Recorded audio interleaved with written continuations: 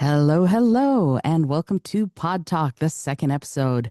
This is a live stream roundtable where experienced podcasters share real world strategies, creative insights, and behind the scenes secrets to help new creators master the art, craft, and business of building a standout show. I am your host today. My name is Izolda Trakhtenberg. I'll tell you a bit about myself in a minute, but first, let me introduce to you Kurtis Sasso, the host of Two Geeks Talking, Reena Friedman Watts, the host of Better Call Daddy, and Barney Smith from StoryComic.com. Hello, everyone. Welcome. Awesome. Uh, Hey, number it's a, two. That's right. and it's so funny that you, Kurt, are saying, "Oh, it's great to be here." When this is sort of your brainchild. I'm very excited that we're doing this though, because we all get a lot of questions about how to do what we do, how to keep it going, how to keep it growing. And so I'm grateful to both you and Rena, Kurt, that you decided to start this as a way of us giving back to people who are really interested in learning more about how to podcast and all of the ins and outs of it. Who just really, there are so many people who are trying to sell them stuff, and we're not trying to sell you anything if you're listening to this. What we're trying to do is help you learn more about an art and craft and really kind of a magic show that we all love. So, for all of you who are here tonight, who are listening and watching live, thank you for being here.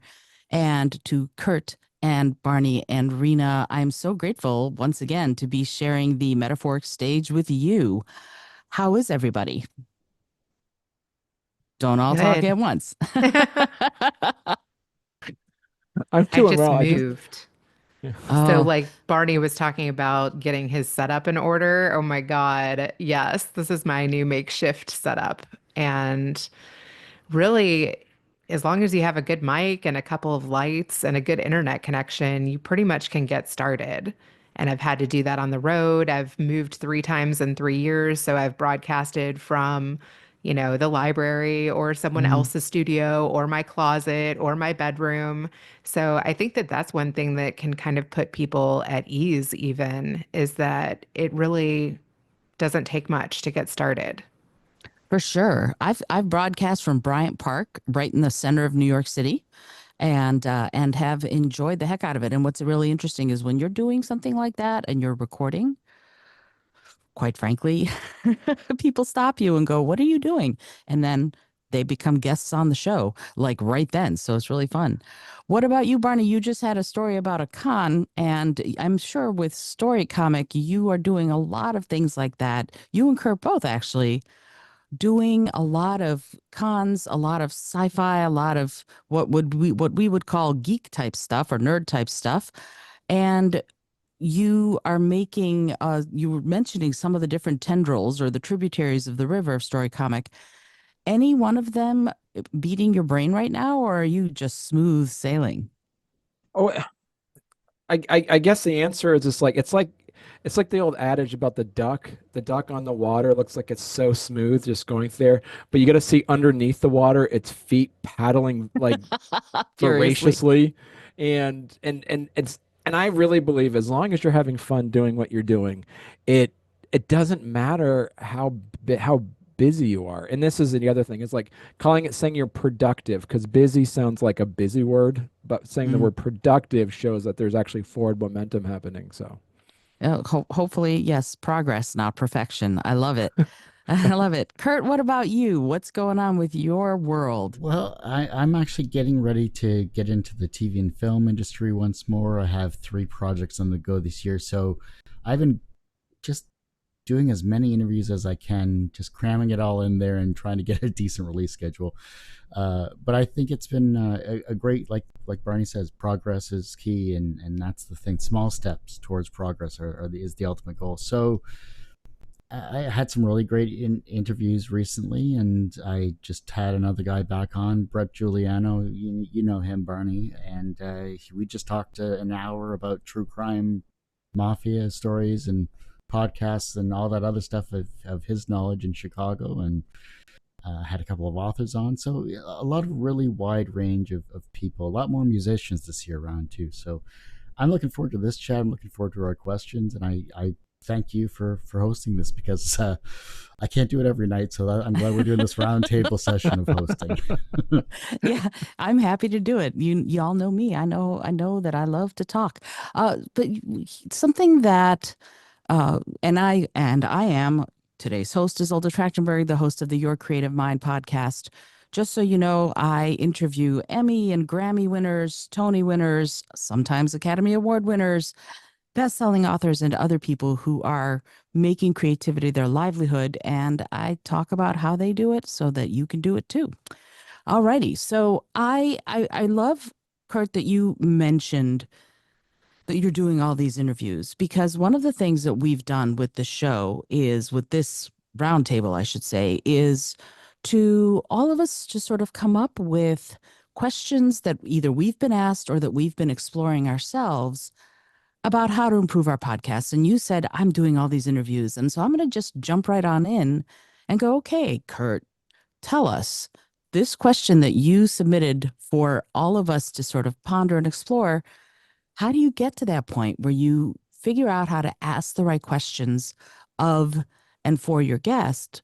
And how do you know when you've done it? How do you know when you've asked the right questions? And I'm glad you reiterated the question, because I had to look it up myself, because I couldn't remember what I had written down. No, asking the right questions is always the most difficult part about being a person. It's not just about being a podcast host, it's about being a person. How do you know what question you need to ask the person to get the answer you are looking for? And out of doing this for like 16 years now, it just comes down to, you kind of get a read on people. It's not just the research side of things, that definitely helps matters, but I've always had issues with, am I going too far with my questions, or am I not diving into enough? Are these questions even interesting to the guest itself? And so I think a lot of trial and error has happened in regards to finding the right questions for a variety of guests. It's not just for who you're speaking to at that particular time. Because I've been doing interviews in entertainment, specifically with comics, TV, film, music, and video games, I've had to actively make a list of just general questions for every industry, so that I can kind of dive back into it if my research doesn't come up with any good questions. But there's times when those questions don't actively allow you to dive deep enough. So you have to go off the cuff. You have to actively think, is something they've said in this interview, will that generate a new question? And will that bring you to a new level of understanding of that guest, or bring you on a completely different train track you didn't realize you're going to go to in your interview? So it's a little trial and error, but research helps, at least in my opinion. And is the guest passionate about themselves and wants to answer questions? Sometimes you have to, unfortunately, pull teeth with some guests, but metaphorically speaking. But I mean, that aside, you do your best with what you have to work with.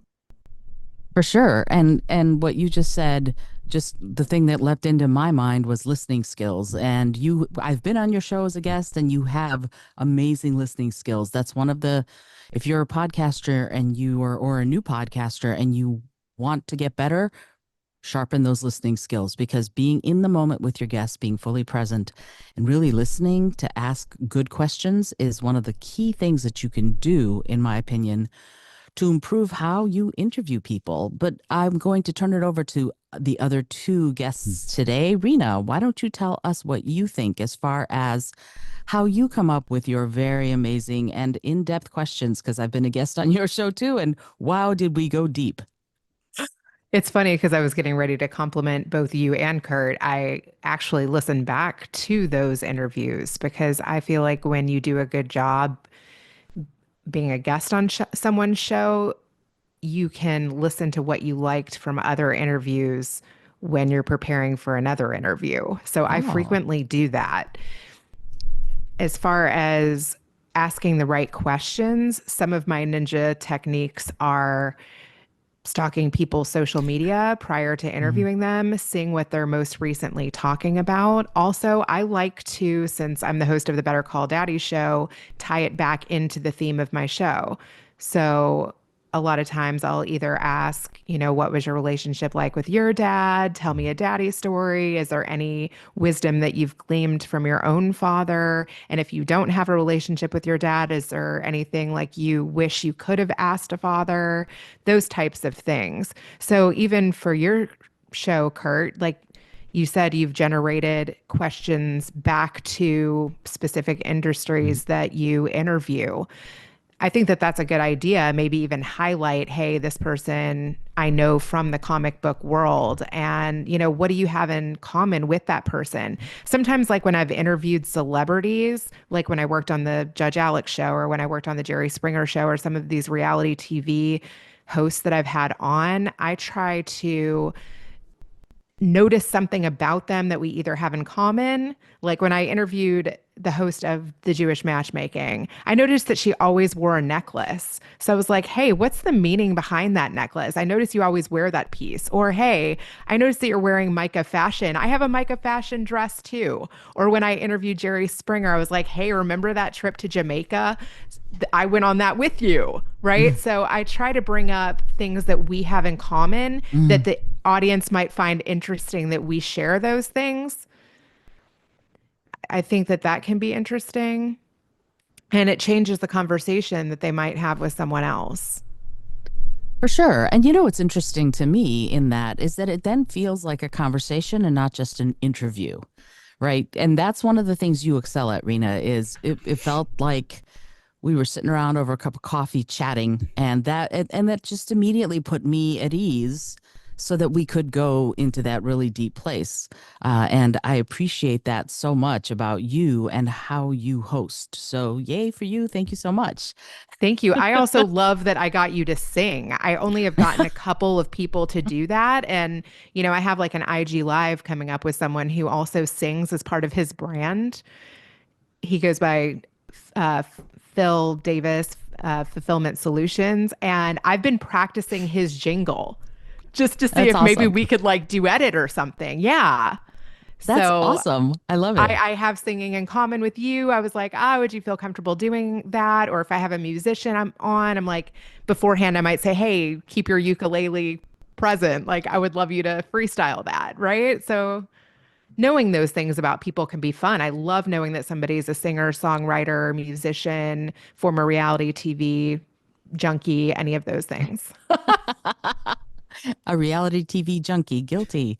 Yeah, and and thank you for bringing up that whole singing thing. I'm developing my new jingle for the show, and it's going to be my vocals. So I'm very excited. Me in 4-part harmony with myself. It's going to be super fun. I hope either that or people are going to be like, "What is that?" But maybe they won't. Maybe they'll like it. What about you, Barney? What are your thoughts on what it takes to come up with the right questions of the people that you're interviewing? Well, much like what Reena and Kurt said as well, and also what you said, is that I love doing the research, and then especially when I have a guest who I'm not quite familiar with at first when they reach out, I just study them a lot, and as you study them, you create a genuine curiosity about the person. And one of the things that I always try to end up doing is making sure that they end up telling a good story. Everybody has a good story in them. And I love also not asking redundant questions that they might have been asked before. And when you hit gold when they pause and they say, that's a really good question. And Yes. one of them, like as some examples, is I kind of focus a lot also on like Vermont artists and authors. And I had Catherine Patterson, who wrote The Bridge to Terabithia, was on my show. And I asked her beforehand, I said, I've seen a lot of your interviews. People keep asking about The Bridge of Terabithia. Do you want to talk about some of your other books? She's like, I'd love to talk about my other books. And so we focused on that.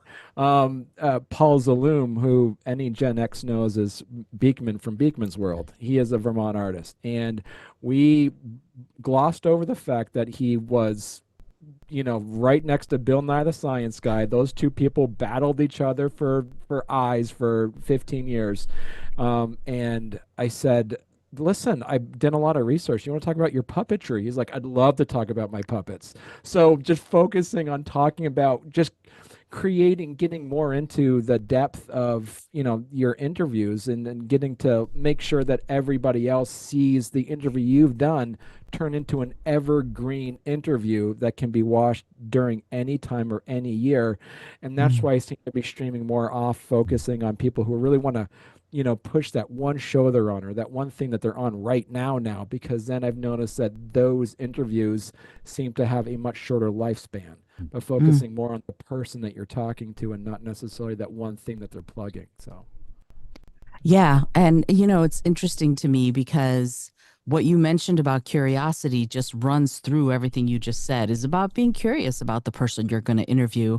And for my part, first of all, just the note, just you said Bridge to Terabithia, and I'm like, no, I don't want to start crying. So, yeah, so I'm glad you didn't spend too much time talking about that book, because it just, tears out your heart and eats it. But what's interesting to me about those kinds of questions, the ones that lead to stories, is that they're usually, and this is what I do, I focus on what and how questions rather than on where or when or why. Why is kind of defensive. You're asking someone to justify something. Where and when, you can Google the where and when somebody did something or whatever, but the what and the how tends to elicit those stories.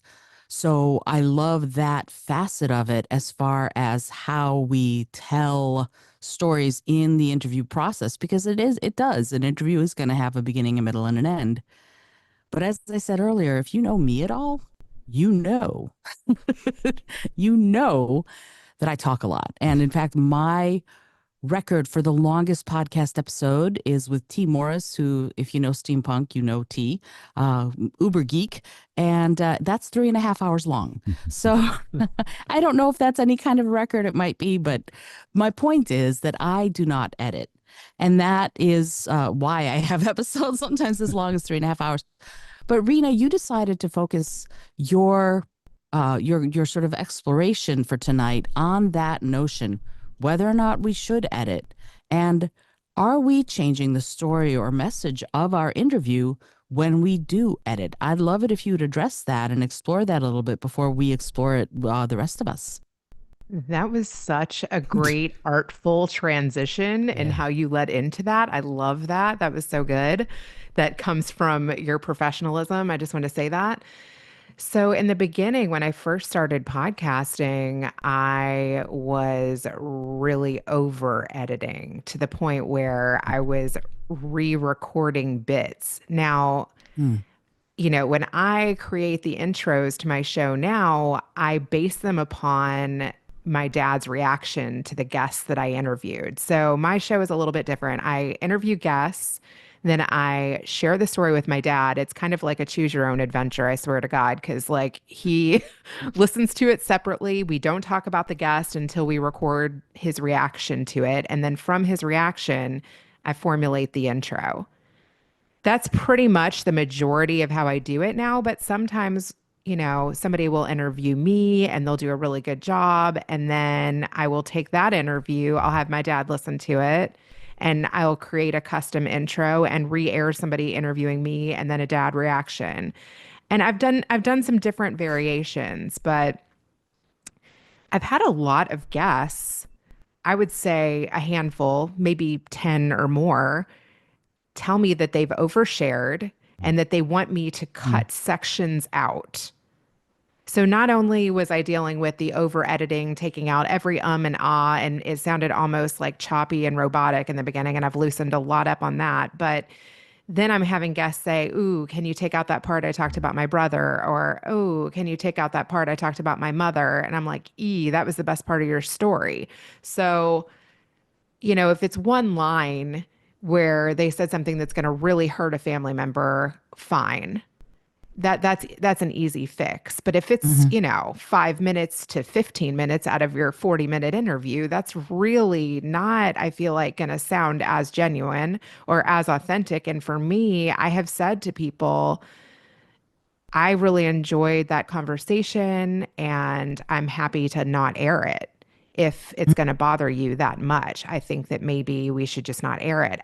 Also, I had a situation where I had an author on, and I really prepared for it. Like I, read the book and listened to many interviews, and I had been on her show, and I really wanted to know the person behind the book.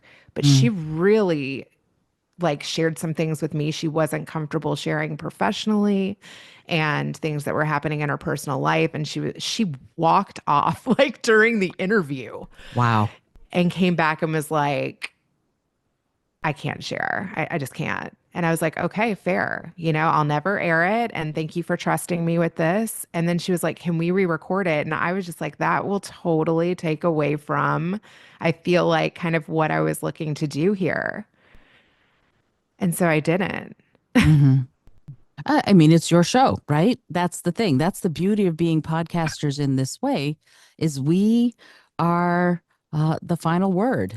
We are the world builders, and I think that it makes so much sense. And what you said about people oversharing, that's really tough because you create this beautifully safe space for people to overshare, but they kind of know that they're saying stuff, right? You have to hold yourself accountable, I think, to the fact that you are in front of a microphone and you are recording an interview. And one of the things that I do is I tell people that I don't edit right up front. Everybody knows I do not edit. But if they've signed an NDA and legally they're saying something that they shouldn't say or whatever, I say, tell me immediately so I can mark it, because otherwise I won't edit it out.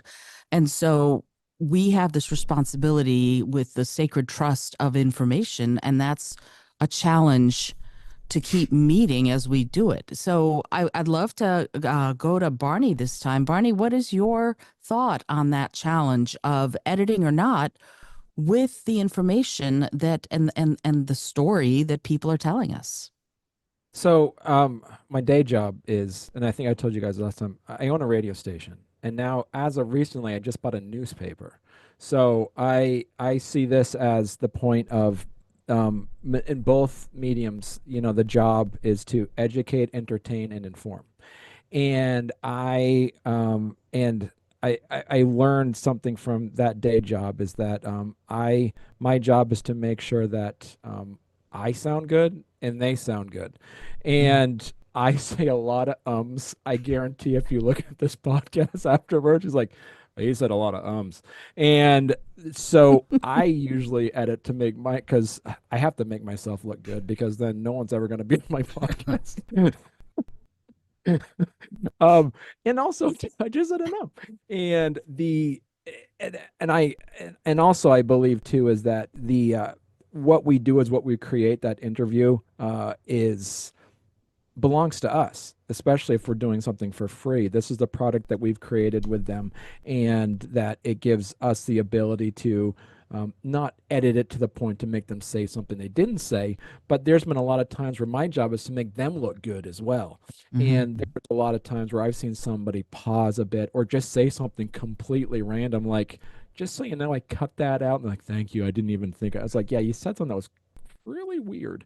And Mm. then and some of it, it's like it's there to make, it's there to actually engage in the audience. And plus, when I edit it, I can then market it to my Patreons, to my patron members, to say, you get to see the unedited version, and there's only a few of you that get to see this. And so I see That's that cool. also as a marketing piece as well. So yeah. That's really neat. And what's interesting to me about what you're saying is that in that process, for example, you have a newspaper, you have a radio station. I don't know, as far as the news, is it investigative journalism? Because I don't consider myself an investigative journalist. I'm not, and I tell my guests this, I'm not out to trap you into saying something or revealing something that you don't want to reveal. That's not what's going on here. And so as I work through and keep developing and growing this podcast, this show, this baby, that's now actually a teenager. That's how old the podcast is. But we do have a responsibility. It is our show, but we do have a responsibility not to leave a bad taste in people's mouths. So I agree Right. with you completely that it's this delicate balancing act. And Right. I appreciate that very much that you said that. And just to make a little quick point on there is like, and this is something that I learned also since I bought a newspaper. There's a local newspaper there who is always upset about the paper I bought that calls itself a newspaper. There's Mm. three versions of papers. There's what's called a shopper, where it's just all coupons. Then you have what's called a features paper, which is like, here's some feature stories. They're not, there's no editor, there's no, yeah, there's no reporters involved where they actually do research. And then you have what's called a newspaper where you actually do have reporters that hit it. I see what I create now is not, like podcasts. I don't create news, I create features. I create Mhm. the conversation that people will be like, that's a really cool piece. And I want to learn more about this artist or musician or actor. And that's why I think it's important for me, when I edit it for the fact that like, this is not an unedited, instigative, like investigative reporter piece, or this isn't news. This is a conversation. And my job is to make sure that the show looks good and then my guest looks good. That's how I see it. So. That makes a lot of sense. It really does. And speaking of looking good, Kurt, what about you? What is your thought on this? Because you are a master. Like, I remember no, seriously, I remember what I said versus what aired, if you will. And they're two different things in some ways. And you didn't lose the soul of what I said at all, but you did make it tighter. You made it more compelling and frankly more fun. I'm like, oh, I didn't realize I was so funny. That's awesome. So talk a little bit, if you would, about your process in creating the show that you create with respect to tightening it up. Well, I've been on both sides. So in the first 10 years of the show, I was exactly like Reena, where I was just whatever we did. It was live, it was unedited, raw, to the point of, I don't know if I can release my earlier episodes. It's been that long type situation. But as soon as I started bringing back the podcast after 2016 or whatever, actually a couple of years ago, I started thinking, okay, well, the people I have on the show, they're saying what they want to say. They have a great space to do that. That's all wonderful. But times their trains of thought just go out the window. And it's very hard to listen to. And if you're doing a half hour, 45-minute, an hour long show, I was looking at my analytics. Based on my analytics, I'm like, no one's going to listen to 34 minutes or 40 minutes of just rambling. So let's tighten it up. Let's take an active approach to keeping the same message, but making it flow a lot cleaner. And so while I do video interviews, I'm editing for audio. I'm editing as if I'm going to release this as a podcast. So yes, my video is going to jump all over the place, and I can't help that. But the message is clear. As McClellan said, the medium is the message. I want your message to be what you want to talk about. And so at most, when I'm editing down shows, yes, I will take out the ums and the ahs and the and buts and all of those filler words if it's clean. So if it's a clean and but, it's gone. If it's a clean it's gone. If they're doing and they get into their message, I'm not going to really touch that. And so it just comes back to your editorial preference. I'm not clearing out 5 minutes of content just because something was said that I don't agree with or anything like that, as long as it's not disparaging, etc. But I want to make sure that message is clear from the very first time they press play to the end of the episode when they can find and support the guests. So I see the value in the raw form of unedited shows. I see the value in edited shows. And I think that it comes down to time and personal preference in terms of your professional approach as a podcast editor and host. That makes all the sense in the world to me, even though that's not what I do. Yeah, it's interesting. I tell my guests in the middle, before we start, I have embraced the pause. In other words, there are times when there's some dead air on my show because I'm taking in, listening, and sort of processing what they've just said. And I've had people go, are you still there? Yep, I'm still here. But at the same time, I feel like it gives the audience, and I've had comments, people have actually commented that it's actually a time for them to breathe and think about what's just been said too. So I'm loath to stop doing that. But I know that best practices say that we shouldn't have dead air. I used to be a DJ on the radio, and dead air was the worst thing that could possibly happen. Whereas now, again, it's my show, and I feel like having some dead air so that you can go make yourself a peanut butter and jelly sandwich. I say go for it. Let's do that. So, and that can put people off, and it can make people more excited to listen. It all depends, I think, on what you're going for. And I know, Kurt, for example, you're a very experienced podcaster. You've been doing this for a long time, and you too, Reena, and Barney, you as well. And some of it is, like you said, Kurt, what are you doing it for? What is the goal as a podcaster? And that brings me to Barney's question, because this is a passion project for many of us. And yet at the same time, it is also a business. And so the question that Barney was thinking to explore, and I'm gonna ask you to explore first, Barney, and then we'll go roundtable on it, is how to take your podcast from that passion project to something that's more of a sustainable career. So I'd love to get your thoughts on that, Barney. So, and this is one of the things that you've been doing this for so long is that I do it because it's been a passion, and I've made so many friends, and I've met so many amazing people for it. And I've come to the conclusion as well is that I've been doing it I'm on my 6th year doing this, which is baby steps compared to you guys. I mean, and I've made it past the point where I'm gonna just keep doing it. And there's that 100 podcast mark. If you make it past 100 episodes, then we got you. You're never leaving.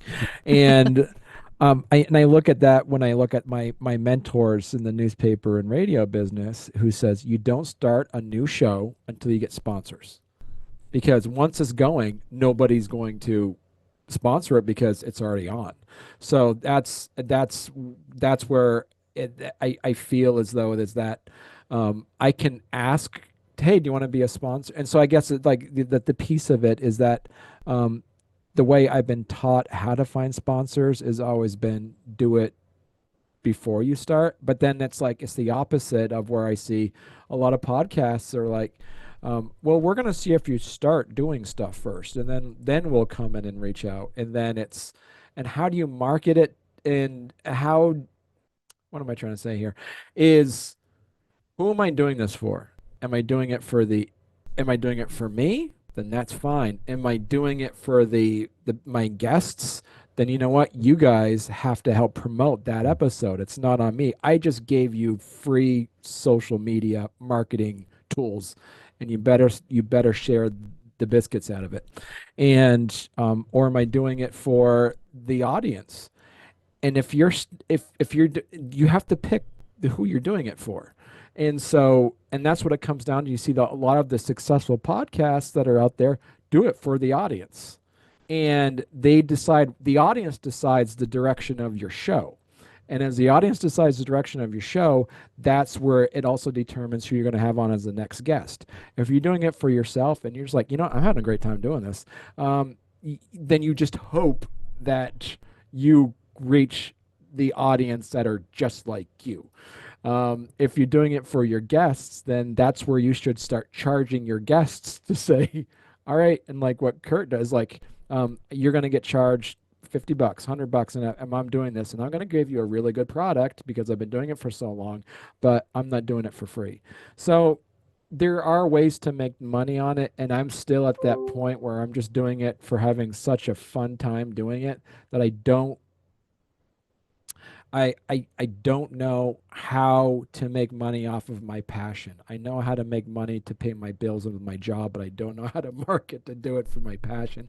Because in a way, I also feel like, do I dilute my passion? And all of a sudden, do I lose my passion for it because now I have to do it because I'm making money on it? It's one of those things where, like, how many times you see people have a hobby and they do it and they love it, but I've never met a person who is like emphatic about Legos but opens up a Lego store. No, because they're selling their stuff. No, these are mine.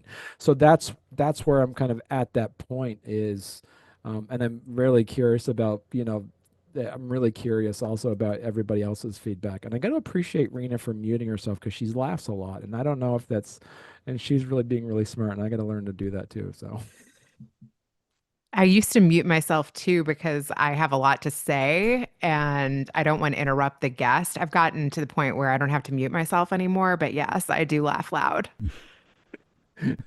I encourage loud laughter, actually. That's great. Yeah. And, it's interesting what you're saying about how do you make your passion into essentially your product? And that notion of don't ever make your avocation into your vocation, I feel is a weird sort of Henry Ford-esque patina on things, because I think we ought to have the opportunity to make what we love be a moneymaker. Just because you love it, because artists get this all the time, I think. You have your day job and people say, don't quit your day job. And then you do what you love after hours. So you don't actually get to have a life because you work your 9 to 5 or 9 to 6 or 9 to 8. And then you come home and then you do the passion project. And I bring this up all the time. My husband and I went to Cuba, and in Cuba, artists are like plumbers or like architects or like maids or like whoever. It's a job, and you can go on the artist track, and that can be your job. And podcasting, although communication is a little bit weird in Cuba, but that's another track that you could go. Education is another track that you could go, and you sign up for that, and that is the track that you are on, and you will make money at that thing. Here, we have a very different supposed meritocracy, but I'm not sure it is one. I keep banging my head against that wall because that notion of don't quit your day job makes me break out in hives. So that's just me. So Kurt, I would love to get your thoughts on this because I know you are a master at this. I'd love to hear what your thoughts are about how to turn this passion into a viable product. I don't think I'm a master at anything, to be perfectly honest. But when it comes to this is only something I've started charging for in the past 3 years. So there's that whole adage of guests feel that podcasters are should do this for free. Guests do not feel like they need to pay for promotion. They think that it's a symbiotic relationship where they just appear, they give you the content, and you should be happy to have a guest. And to a certain extent, that's fine. But we have to live. So how do we as podcasters make money? And if we're not actively charging guests to be on our show, if you're going that free route, how do you make money for it? And I banged my head against that proverbial wall for almost 14 years because I kept giving it away for free. And the more I gave it away for free, the more I just kept getting walked over. And at some point, you have to draw a line in that sand where you say, here's what I can offer you based on my years of experience. I can provide you with social media. I can provide you with a great interview.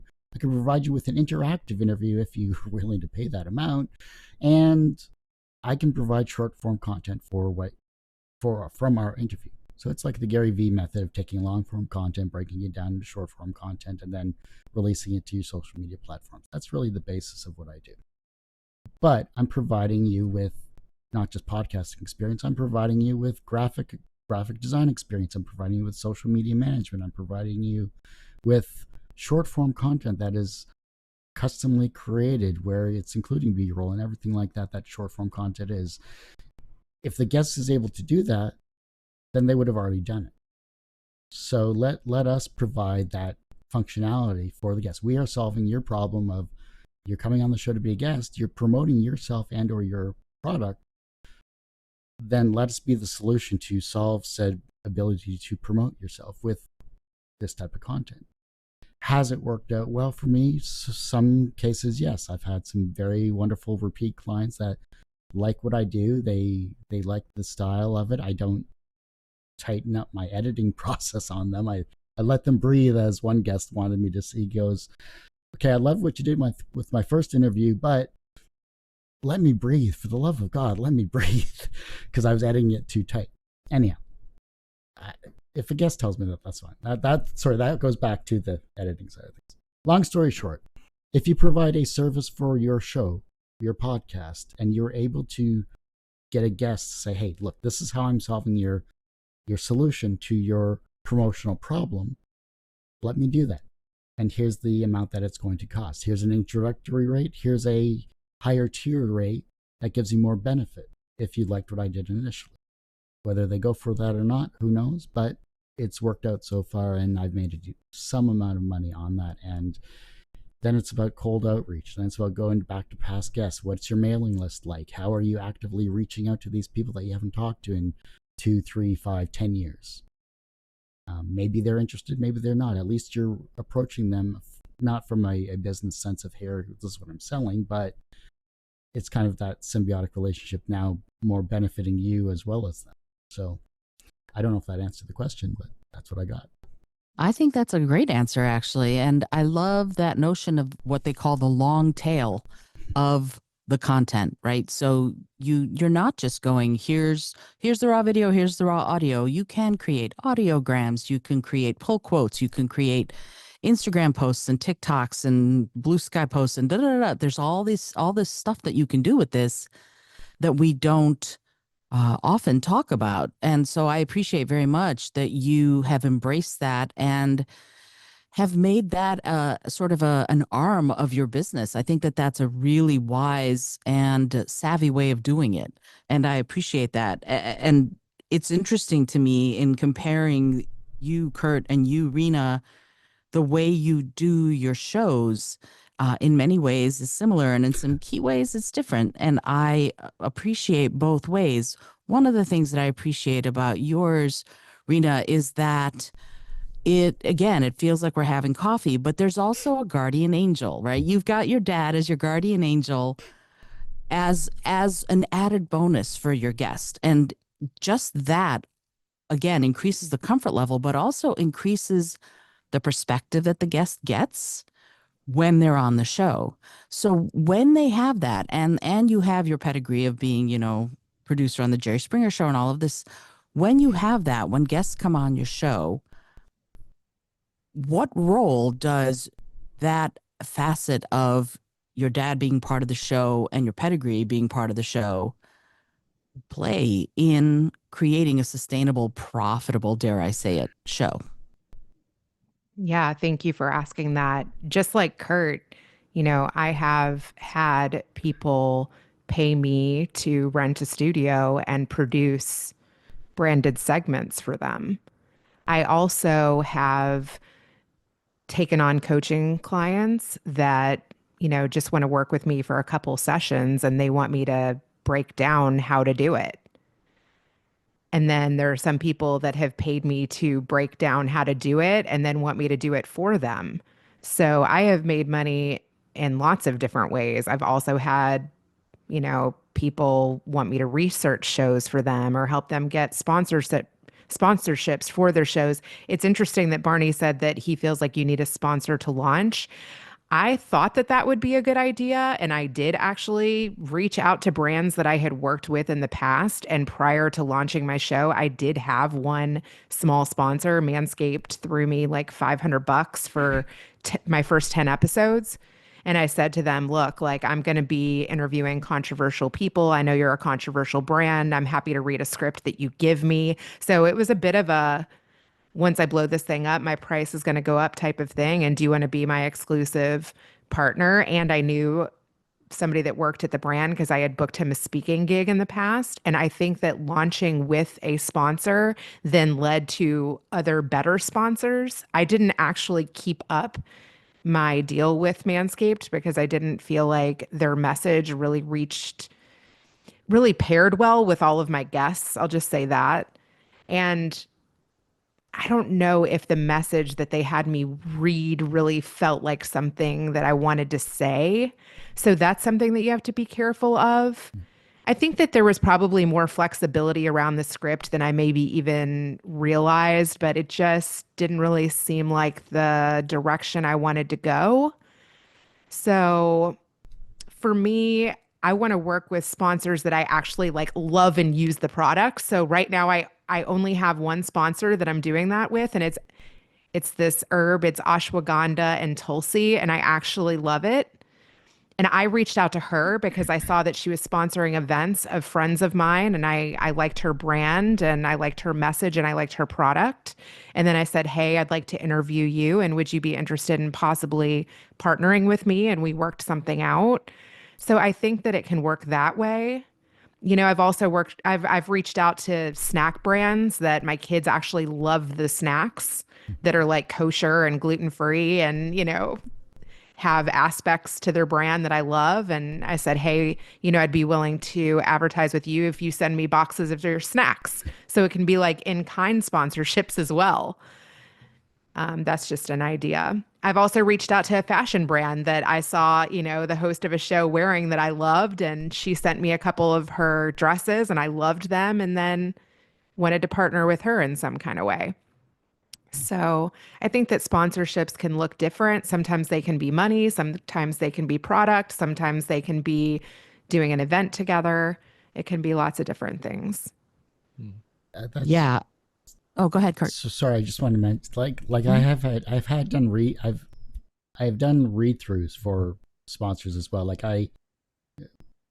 Clue FM was one of them initially for, I don't know, that must have been it felt like 6 months, but it was probably only 3. Where once you get a message on video or on audio on podcast, unless you decide to re-release that particular episode, that's there forever. Mm-hmm. So you kind of also have to understand, is this, like you said, is this the message that I want to continue on my show? Or is there something else I can do? Or you actively go after sponsors? And another one I think I did was like some poker online site like years ago, where the site no longer works now, but I haven't gone back and edited that episode to take it out. So I guess, can we find sponsors for our message or for our show that still embodies the theme of what we're trying to create? I think would be an interesting way to search for companies in that respect. Right. And I know, just in the radio and newspaper world, is that it takes 10 outreaches for one, on average. So it doesn't matter the size of your podcast, how new it is, or that if you find people that match your mission and values of your podcast, find those folks and just start reaching out to them, and know that when it comes to selling something, nobody calls you back. So you have to keep reaching out to them until That's so they say funny. no. I love it. Yeah. And it's interesting, this whole notion, and I love does it fit with the message and the theme of your show? That idea is wonderful. And I too only have sponsors where the products are things or services or things that I can really get behind, usually that I use. And I'm vegan. So when I get leather companies wanting to sponsor my show, no, right? And that I have a very easy on my guest interest form that I have that people fill out if they want to pitch themselves, or PR companies want to pitch a guest on the show. I let them know, if you use animal products, if you advocate for using animals or animal products in any way, just don't bother, because I'm not going to let you on the show.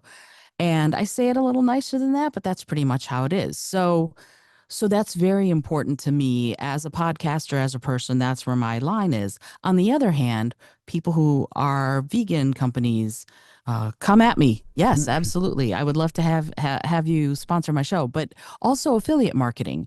There are so many ways that things that you already use and love can be sort of inadvertent sponsors of your show. So if you're starting a show and you've got a product that you absolutely love, or if you've got a really local show or a more local show like Barney does, for example, let's say is Vermont the maple syrup state? I hope I'm not wrong.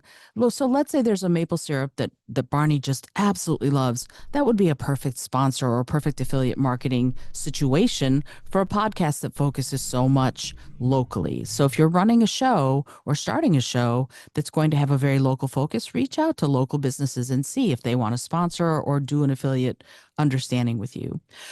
that's something that I think that we all as podcasters need to do. And the other part of it is, frankly, I just have to say this. Often, even the most seasoned podcaster will market other people better than they will market themselves. We have, and this I think goes to so much in life, that it's harder to talk what you do up rather than go, see that, you see that, Reena? She's amazing. She's got this podcast where her dad is on it. It's incredible. Saying that about my podcast is amazing. You're totally going to love it. You should totally, it's harder. So you have to do a little self-talk, a little sort of psychological mind bending and healing to get to yourself to a place where it's okay and even a good thing to talk about your show in a way that will be enticing and inviting and encouraging for people to do that. And once you do, if they like your voice, if they like who you are and you like them, host read ads are amazing. That's another really great way to do a beautiful segment where you're, and I don't mean let me just talk to you about the fact that I love these vegan shoes. I'm going to talk to you about the story where I wore these vegan shoes in the rain and they kept my feet perfectly dry. And oh my God, walking around New York City, it made it so much easier to have these shoes on my feet, if that's what happened, right? So I'm only going to talk about the truth. But the point is that there are ways, as Barney said to begin with, where we as podcasters can tell the stories of the products that we really love that then sponsor the episodes in a really organic, enticing, wonderful way that really makes it a relationship and a partnership rather than this person wants me to put an ad up. I don't like doing that, and I almost never do personally. Other podcasters might decide that it works for them, and you do you, right? You have to figure it out for yourself. But this brings me to my question that I wanted to explore here. And the reason I went last is because I figured all of this dovetails really nicely into this facet of monetizing your show. Here's the deal. Most podcasters get a lot of pitches from communication and PR companies. PR people see that your show is good. They see that it's got reviews. They see that you're actually timely as far as how often you come out with episodes, and they go, oh, that Your Creative Mind podcast would be perfect for my best-selling author. Let me pitch my author to Izolda. And you get this email, and they include their media kit, and they just bombard you with information, to which I have a little template that says, hi, thanks so much for your interest in the Your Creative Mind podcast. Please go here and fill out my form.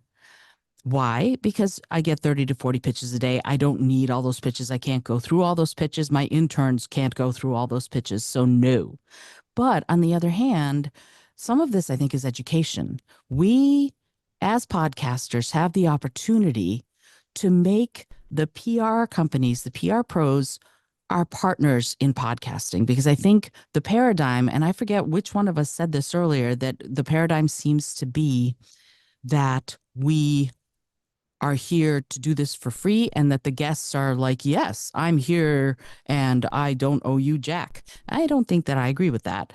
So this is an opportunity for us all to be partners together, the guest, the PR pro, and most especially the host. And so I would love to get your thoughts on that. How do we make PR pros, communication pros who are being paid by potential guests to get them earned media, which is get them on podcasts, get them some kind of press. They're getting paid to do this, so they pitch widely. And if they get them on a podcast, they're actually fulfilling their contract. So how do we change that paradigm if it's possible? Because right now it's a little one-sided. And I would love to hear from all of you when you get cold pitches, and then you do the legwork, and then you vet and you research, you interview, you edit, you publish, you promote. The PR clients get airtime, the PR pros get money, and then the podcasters going, I just did all this work for free. It's labor intensive and it's value rich.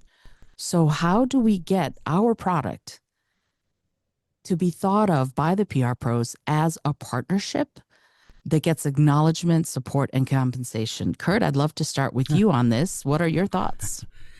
Well, I have two stories to that. One, and they're fairly recent. Actually, they were all this year.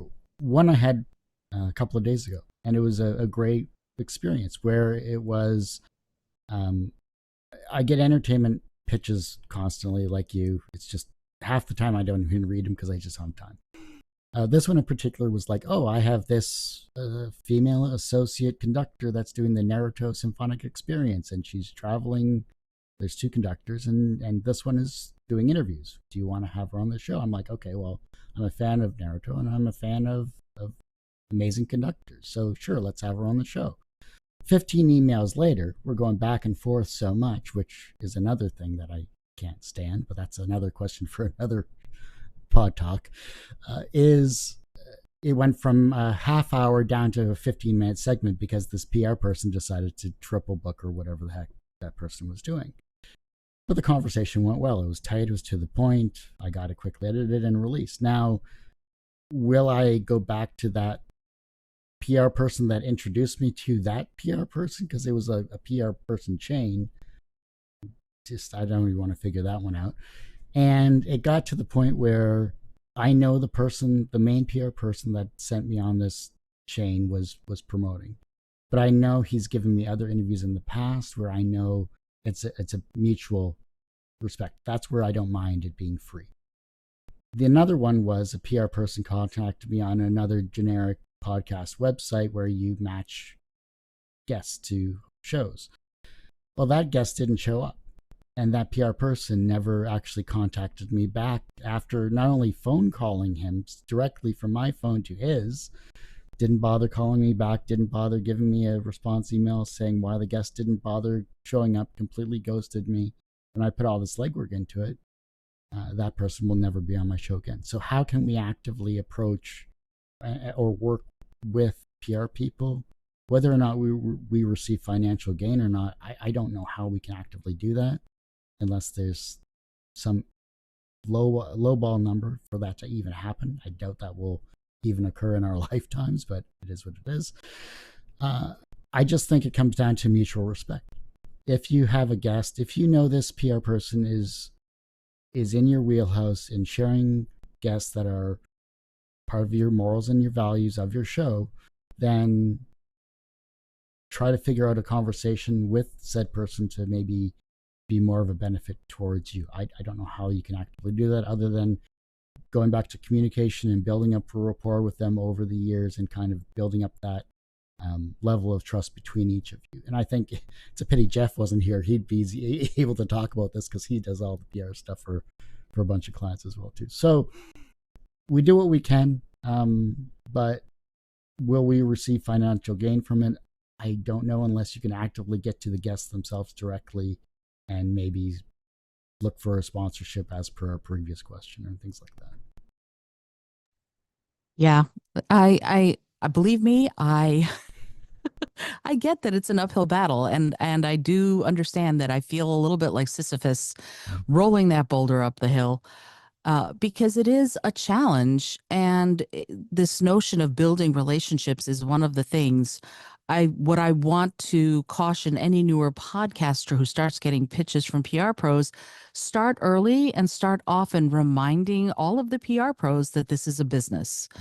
That yes, it's a passion project, and yes, it is a business. This is something that is mutually beneficial, or at least it should be. And so as we do this, as we work to change the paradigm, because I'm actively trying to do that, that notion, Kurt, like you said, of building a relationship with the podcasters who know you and who know what you want out of a guest, very important.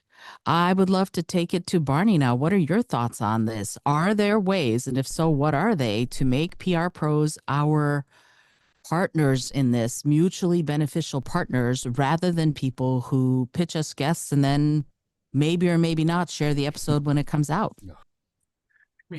It's weird. I don't know what happened, but all of a sudden I got on these I get all these PR people from like new age books, and I have fun with them. I mean, not fun as in like a derogatory way, but like you know what, there is that what I said earlier, just genuine curiosity, and I am enjoying the conversations. And it gets down to the point too, is like, as you're saying, is like, what do you what do you legitimately expect to get from this 1 hour relationship? Like, it's just like, do you, and the other thing too is that I make no illusions that maybe like the guest wanted specifically asked to be on my podcast. And if that's the case, then you have some leverage to probably get something out of that. But it behooves us that if I have a really good, if every interaction I have, I look at it from the point of view as like I just learned something and I've made a connection with a person. And what I do with that is I gain better strength and value and I become a better interviewer from that interaction. So in a way, it might not be a monetary gain, but I gain something about what I learned about human nature, what I've gained about what I've learned from my own skill set, the fact that I've been able to have a conversation with people that I have nothing in common with, but I found a genuine connection. And then what I've done after that is I have a conversation 5 minutes, 10 minutes before or after to try to get a good vibe from the person.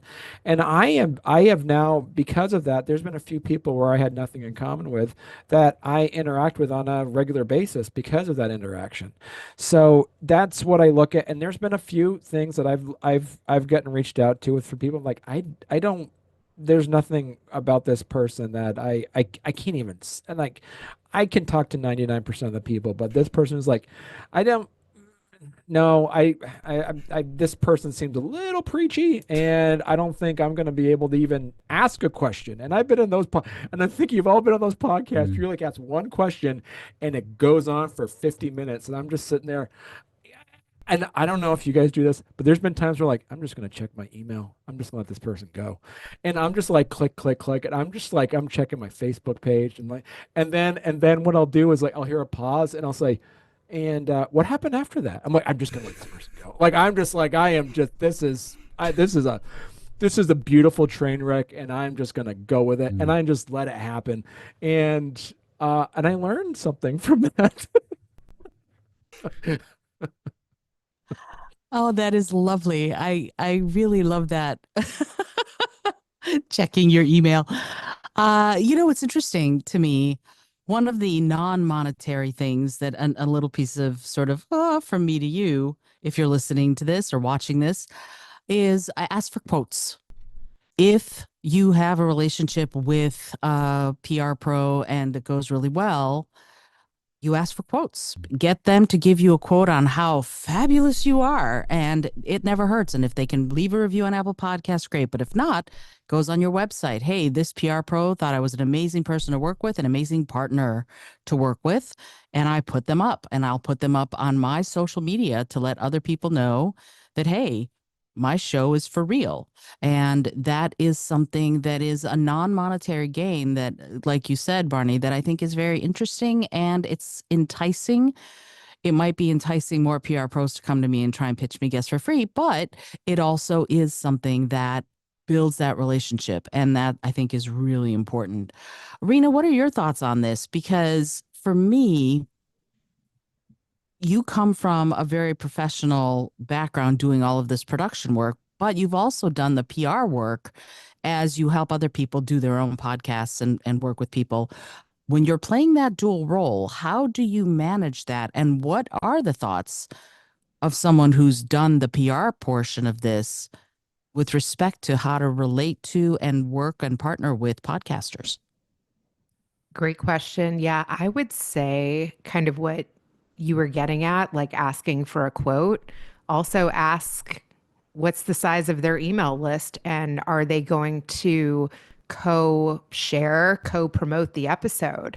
I would see what you can get out of the partnership and phrase it like that.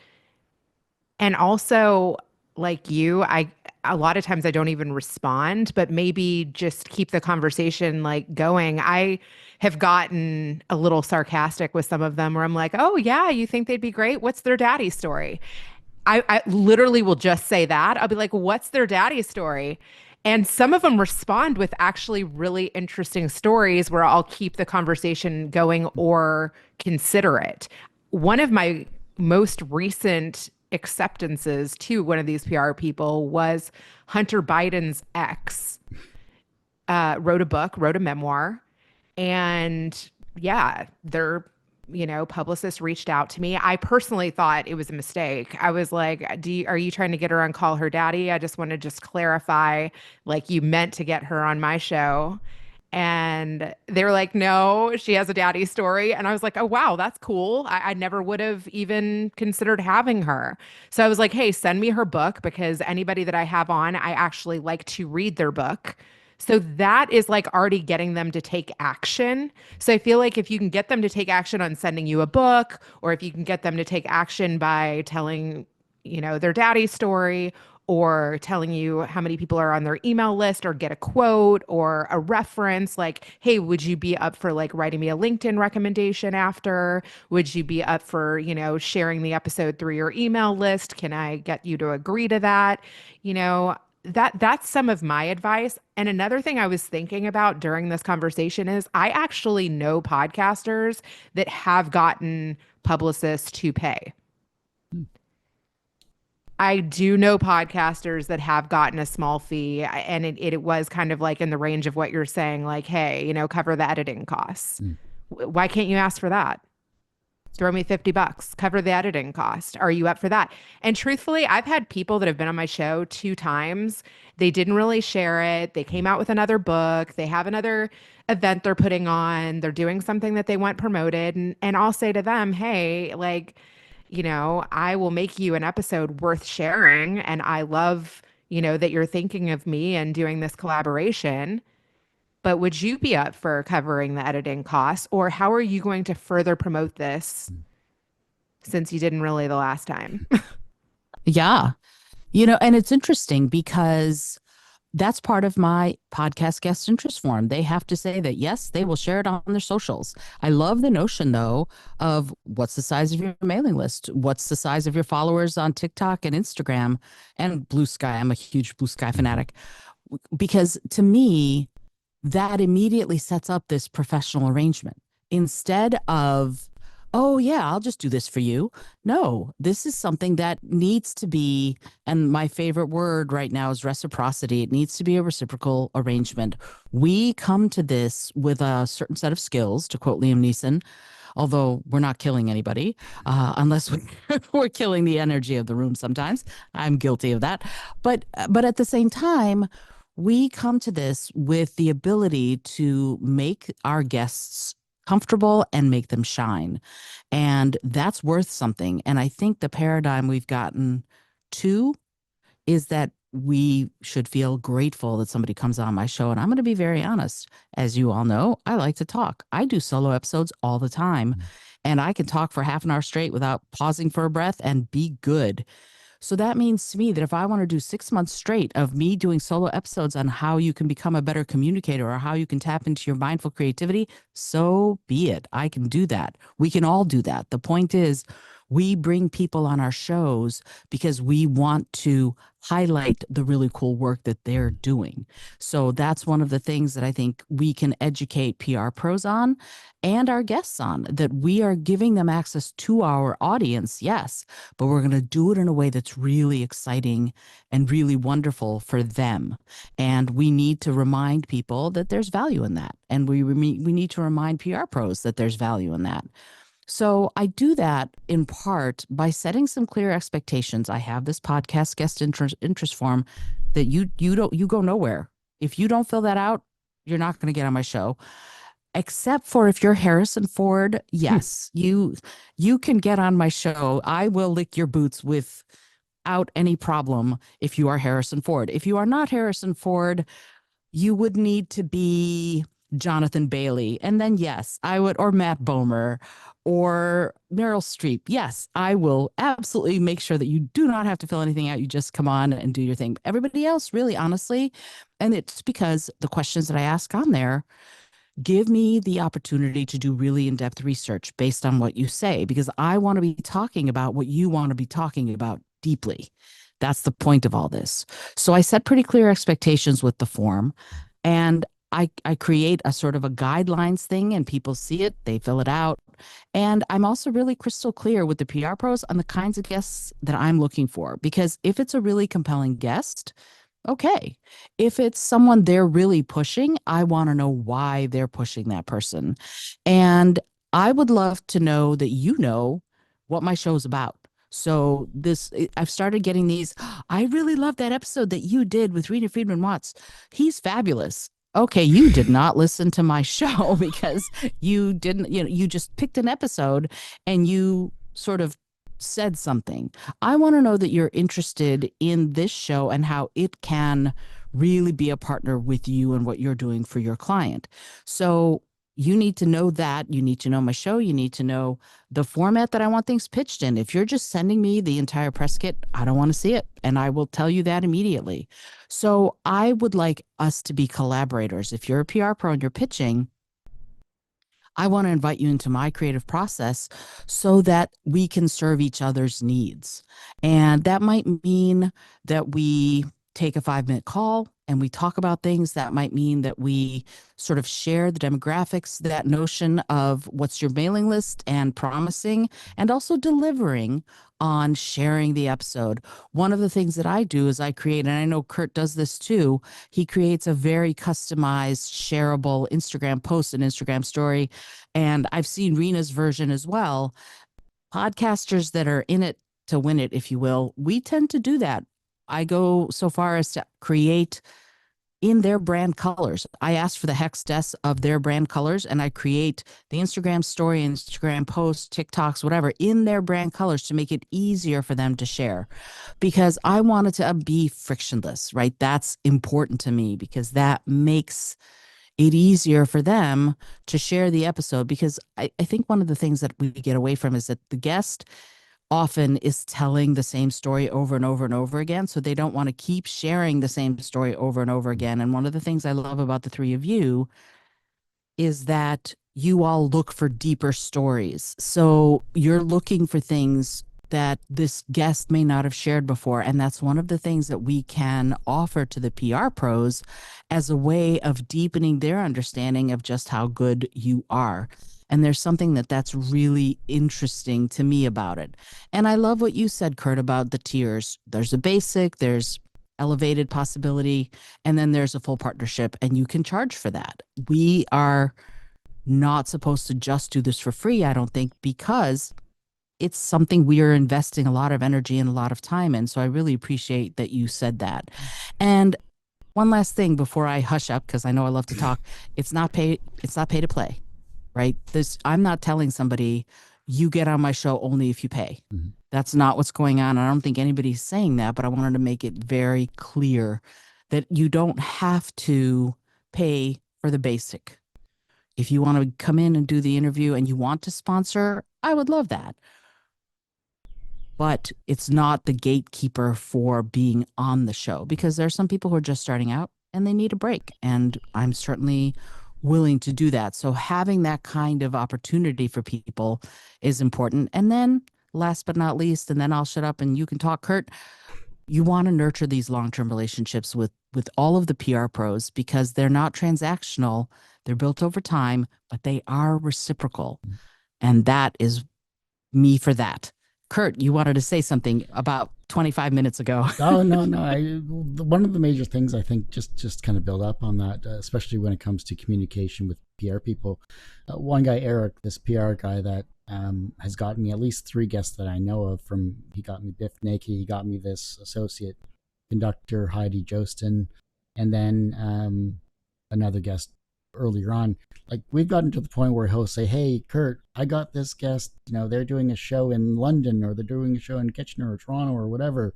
If you got a chance, you want to come on up and do an interview live, or we can do a Zoom call, whatever." It's like it's gotten to that stage, at least with this one particular PR person, which is great because it's like I can either say, "Well, no, I'm feeling introverted, so I'm not going to go," or "I'd love to have a Zoom call instead." So it comes down to how do we want to actively interact with these people. And I love Reena's, what's the guest daddy story. I think that's classic. That's just on brand for you, Reena. I love that. That's great. But it just comes back to also, how invested are we going to have to be in the guests? And I know we've all talked about, guests not sharing our shows and everything like that.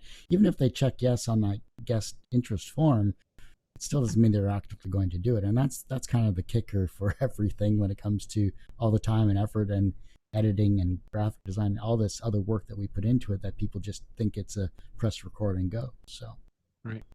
Well, and it's like it's like what you're saying too, is like I love helping out brand new authors or brand new artists. I mean, I love having that because there's a point, but I just say it's not like they have the money to spend on it, but what they do is they do have the time. Time is the most valuable resource that anybody has. And the fact that like I've said this to them is I've said this to them. I said, listen, your job is to first of all subscribe to my channel, download my episodes, and your job also is to share the heck out of that based off the same amount of time I put into making this. So especially as the fact that I told them, it says I'm going to be deliberate and make this a evergreen interview. So that way, when I'm going to check back in with you, and when I've had you come back on again, and I've had a lot of guests like, can I come back on? I'm like, absolutely. Just check in your, and what I'll do is like, listen, I talked to my marketing person. They said that the previous views, the previous downloads of your other episode was too low. So if you can actually pump that up a bit for us, I think it'd probably be really good. And you gotta, and then you'll be able to do that. So making sure, as you say, I wouldn't say transactional, but there is a relationship that's going to happen. Is that I'm going to do this for you, and I'm going to do you proud. I'm going to make sure that that conversation sounds really good, because I really enjoy talking to you. But you need to make sure that keep in mind that this is a tool in your toolbox that I've given you to make sure that you can reach more of your community. The community that you've created, that I helped you create by giving you this tool. I just need you to also make sure that you let people know that I talk to you. So I love that for sure. Reena, did you have something to say? First of all, I absolutely think that is gold. I think that's a really good approach. And tagging on to that, I have reached back out to people who didn't share or didn't make themselves like a collaborator on a reel on IG, on Instagram. And I'll say, hey, I really think that this was an amazing reel that your audience would appreciate. I think it's worth sharing. And there is a feature, and I'll break it down to them like they might not know how to use the feature. I'll say there's a feature on there where if I make you a collaborator, it's a really easy way for you to share it. You just accept that, and I will like screenshot where it shows, inviting you to be a collaborator. Yeah, like that they didn't understand it. You know what I mean? And then I've gotten a lot more people to accept it. Or I'll say, hey, this collaboration feature wasn't available when I did this a long time ago. Now it is. And hey, Flashback Friday or Throwback Thursday, find a reason to reshare it. Here's how you can do it. I've had a couple that it's rare, but I've had a couple who've overshared the interview, and I'm like, and I respond like, do you want to be on other podcasts? Because I know other podcasters that you could, thank you, but I have a couple that just like, listen, like they redo the reel and do something else on this. I'm like, you can be on other podcasts, it's not just me out there. Well, but at the same time, that's lovely because that means that they had such a wonderful experience and got enough out of it to want to keep talking about that. And I think as podcasters, and I don't want to speak for the three of you, but I love it when a guest comes back to me and says, that was really amazing. I feel like I got so much out of being on your show, not just the reach, but in my own self. And I had a guest from February just share a reel of her interview. She's the CEO of a really cool company. She just shared it today. And it was out of the blue. She tagged me, and of course I reshared, blah, blah, blah. But what was interesting to me about it is that I hadn't expected it. And she said this was she just messaged me and she said, this was such a powerful moment for me because it made my company go into a different direction. And I didn't even know that it could before our talk. And I went, ah, that's so cool. So to me, again, we're not just providing a conversation. I think sometimes we change lives. We certainly change trajectories. And I think that's something that's really important for us to remember. We're developing and maintaining a very intimate relationship for that 45 minutes to an hour because we do go so in depth and we talk about these things with these people who, because we create a safe space, we're allowing them the opportunity to really go inside themselves and come out with their truth. And that is incredibly important. And I have so much more else to say about PR relationships because I did this deep dive into what I thought, and I won't say it because maybe I'll do a solo podcast episode about it because there's something important about us remembering that we are a very important part of a very important conversation. And we have reach and we have influence and we also have, again, truth and the confidence to be out there with it. So I'm very grateful to all of you for being here and to talking about these really important questions that we who are communicating on this wavelength as far as podcasting goes that are so important. So thank you all for allowing me to be the host, Kurt and Reena especially, for brainchilding this thing. And I'm really grateful to all of you. It was a blast, as always. I mean, this was way faster than what we did the first time. So nothing against everyone else, but it's a lot easier with 4 people than 8. Mm. Yeah, that was very powerful. Yeah. And I'm going to share the biscuits out of it, like Barney said. Tag us all for that collaboration. You can have up to 5 people. There you go. It's my bad language. Yeah, I can't. I forgot how to swear now that I have like 3 kids. No, I think that's fabulous. I think, well, I will tell you all. So a couple of years ago, I decided that I wanted to be able to swear with impunity and without prejudice like crazy. So I made up my own swear words. I made up the words flirt, dropple, and mugby. And I made a huge infographic that describes the words, that explains what they are, and whether or not they're adjective or whether or not they can be used as an adjective or a noun or whatever, and got them into Urban Dictionary. And what's really fun is that sometimes walking on the streets of New York, I'll hear, oh, you're such a flirt. And it blew me away the first time that happened because they are now in the popular vernacular out there breeding and becoming more ubiquitous because people don't know what it is, right? I know it's invective. I know it's an insult, but it's, you flirt. Oh, I can't believe you're such a dropple. And these words did not exist before, I think, March 3rd, 2021 or something like that. They don't exist. So they can mean anything you want them to mean. No one can censor them. And it's fabulous.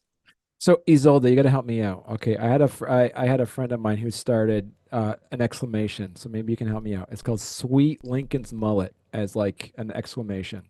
So see if you can help that get going. Get growing. Sure. Sweet Lincoln's Mullet. I love it.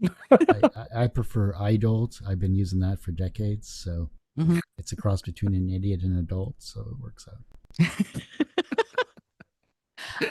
To me, that's a very beautiful thing is you can take the algorithm out of the social media, but you can't take the social media out of the algorithm. And we can come up with our own words. The languages grow. So why not put our own little stamp on it? So Sweet Lincoln's Mullet, I'm going to start using that on the podcast and see if I can, and it's the same. I write books. And what's really fabulous is this was a couple months ago, I was sitting at a coffee shop here in Manhattan somewhere, and I look over and there's someone reading one of my books. And first of all, I plotzed. Second of all, I totally hounded her. I'm like, hi, I wrote that book. Can I sign it for you? And she, what? You're reading Die by the Sword. That's the first book in my mystery series. Can I sign it? I wrote that. She had to see my license before she'd believe me that I wrote. So I had to show her my driver's license, which made me glad I didn't write it under a pen name.